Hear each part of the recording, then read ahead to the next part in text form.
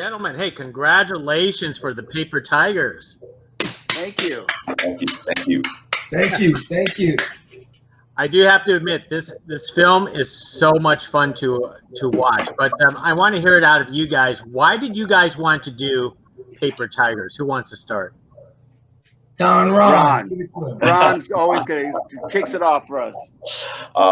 Yeah, for me, it was I was friends with one of the producers for over 20 years, Yuji Okamoto, and he was telling me about Bao, this really talented director, and he wrote this really fun script that they've been trying to get going for years, you know, and it finally is happening, and like love for me to take a look at. Yuji knew that I was missing doing comedy, so he's like, I think you might like this. I'm like, okay, I'll take a read. Read it, couldn't stop reading it. It's a page turner, and there was just, again, so much heart. The situation, the dynamics between the three brothers and the baggage they have with each other, I loved all the layers, and just the humor and the potential for more humor, you know, because it kind of got my juices going, and overall it was mainly the heart and the emotional value of the script that just glued me in. Yeah, exactly. For me, it was the chance to fight and potentially get my butt kicked. That was no. It always boils down to the story, right? Like, you know, we do this. We go into this profession. We go into this craft because we love telling stories.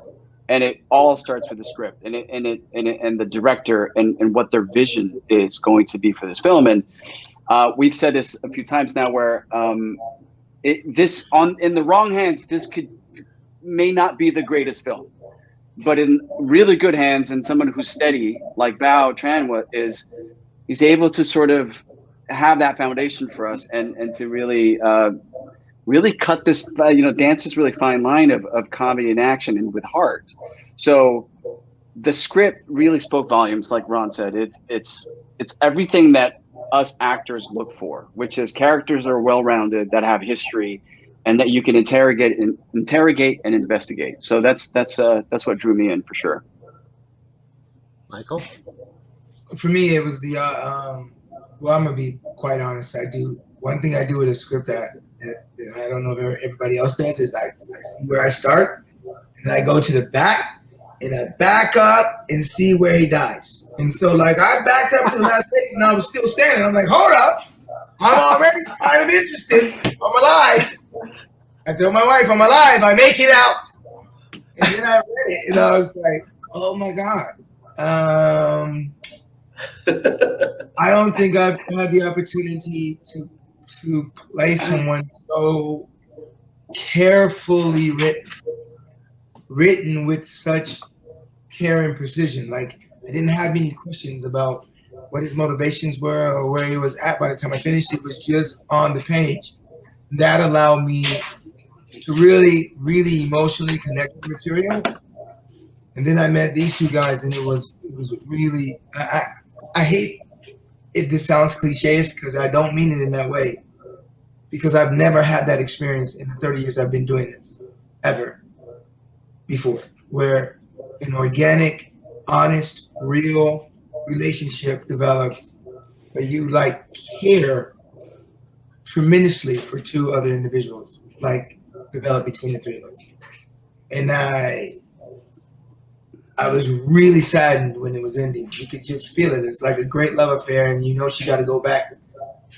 And you're like, I just want to marry you. But, you know, the beauty of our relationship is that it has grown since the movie, and it will continue to grow.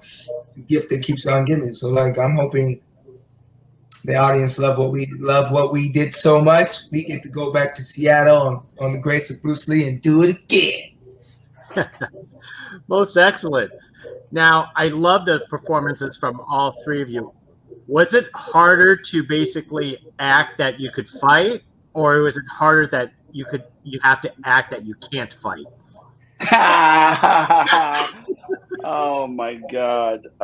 First of all, I can't fight very well, so the Danny character was perfect. So I think that answers my question. That question for you.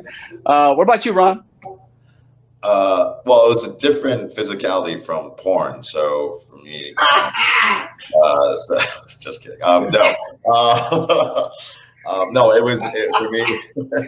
For me, it was a lot of fun. Just being with the guys. Like I love bonding, with my brothers here and the action team. But for me personally, eating and gaining that weight, it was miserable, but it's weird. It's like one of my best experiences on an indie film, and but it worked for the character. So, but these guys really helped me, like just the connection that we had, like it was much easier for me to get through it. Yeah, well, for me, I can fight. At least I thought I could until I started fighting against these other guys, and then I realized I couldn't fight.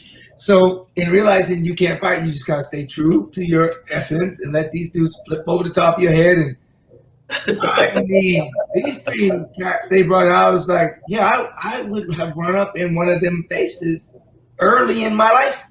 Definitely not now. So it was quite wonderful actually, because I think that losing gives you a chance to grow. And so I've never lost on film. So I took my first couple of L's in this one, and it was kind of cool because like I was rooting for me myself. It's like, dude, you gotta put it together, brother. You gotta get it together.